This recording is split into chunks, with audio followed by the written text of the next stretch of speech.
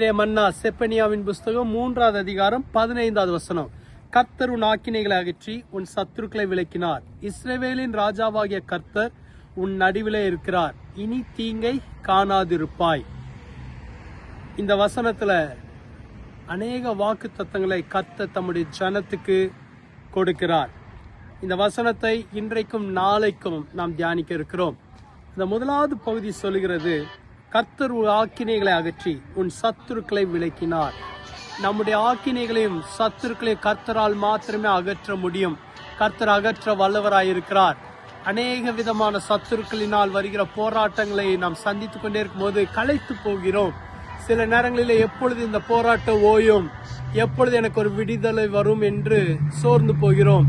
ஆனால் நம்முடைய சத்துருக்களை விலக்க வல்லவர், நம்முடைய வாழ்க்கையில வருகிற தேவையில்லாத ஆக்கினைகளை கர்த்தர் நீக்க வல்லவர், தண்டனைகளை நீக்க வல்லவர். அவர் மனம் இறங்குகிற தேவன், மனதுருகுகிற தேவன். இன்றைக்கு உங்களுக்கு உதவி செய்யும்படியாக வந்து உங்க வாழ்க்கையில இருக்கிற போராட்டங்களை கொண்டு வருகிற சத்துருக்களை கர்த்தர் நீக்குவார். அநேக பரிசுத்தவான்கள் வேதத்துல சொல்லப்பட்டிருக்கு, பலவிதமான போராட்டங்களோடு கடந்து போனார்கள். ஆனால் ஒவ்வொருத்தர் வாழ்க்கையில ஒரு சமயம் வரும்போது கர்த்தர் எல்லா சத்துருக்களையும் நீக்கி இளைப்பாறுதலை தந்தார். கிதியோனின் காலத்துல இஸ்ரவேல் ஜனங்களுக்கு கர்த்தர் இளைப்பாறுதலை கொண்டு வந்தார். அதற்கு முன்பாக அவர்கள் மீதியானியரால் சிறுமைப்படுத்தப்பட்டார்கள்.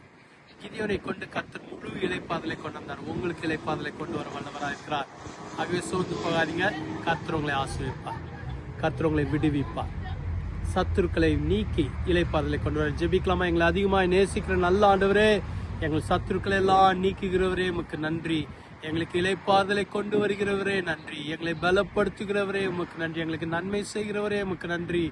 எவ்வளோ பேருக்கு சோர்ந்து போய் களைத்து போயிருக்கிறாங்களே, அந்த எல்லா களைப்பையும் நீக்குவீராக. ஆவியில இருக்கிற களைப்பு, சரீரத்தில் இருக்கிற களைப்புகள் எல்லாம் நீக்குவீராக. உற்சாகமான ஆவி தாங்கட்டும்.